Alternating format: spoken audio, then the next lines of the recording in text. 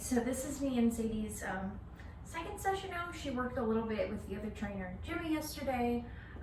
For the most part, we've just been kind of trying to get her used to being in a new place. There's dogs around, there's new people around, there's 2 different trainers that she's going to be working with. So it's really kind of a lot for a puppy to get used to. So this is her first time in this room. This is the training office. This is where we're going to be doing a lot of stuff, just because it kind of has like a home feel to it.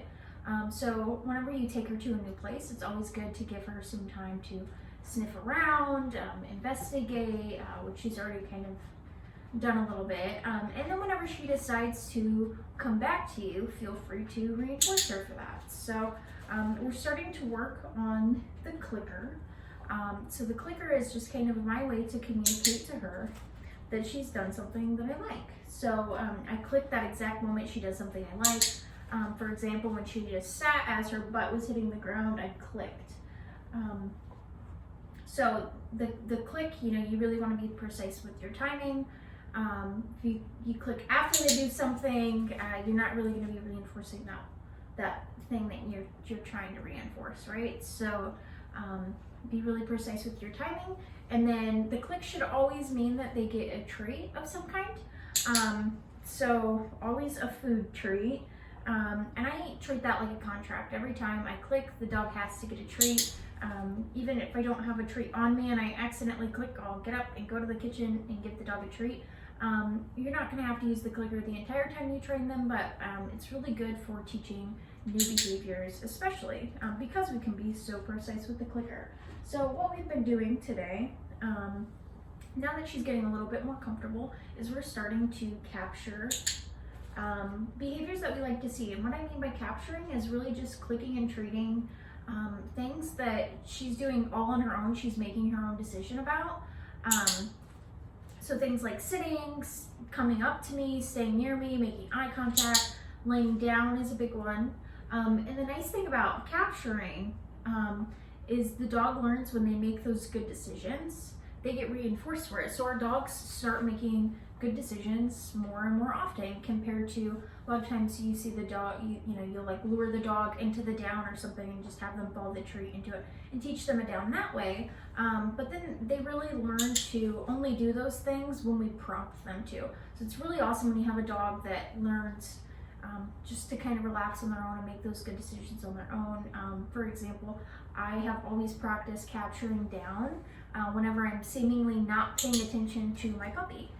So that way when I'm reading a book, my dog learns that the best time to lay down is when I'm not paying attention to them. And then I have a puppy that's not getting into the trash or investigating or looking for somewhere to go potty, they choose to lay down. So the other thing here is I'm not just digging in my treat pouch all the time.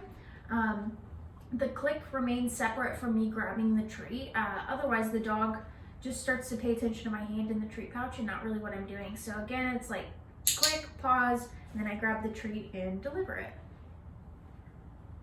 She's a very smart girl. So now I'm just gonna kind of wait. She lays down, I'm gonna click and treat that.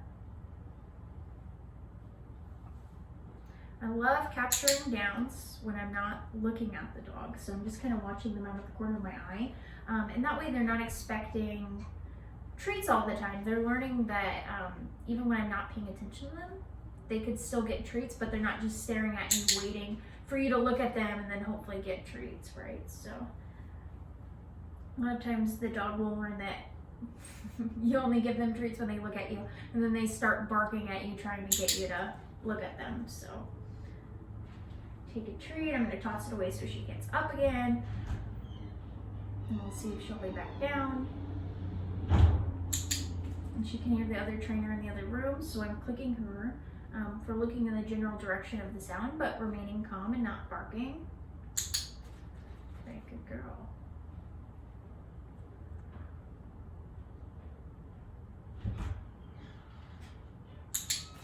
So she did kind of make a quiet huff sound there. So I waited until she stopped doing that and I clicked and treated. You're probably not going to be able to hear that on the video. And then we're going to keep this session really short because she's a puppy. Okay, all done. Take a break. Whenever I'm done with the session, I'm just going to say all done. I know. I heard that sound too. I'm gonna say all done. That way she knows we're done and she's not just expecting more food. And it will prevent her from getting frustrated. What are you gonna come you? Yeah, you're very smart. Let's take a break.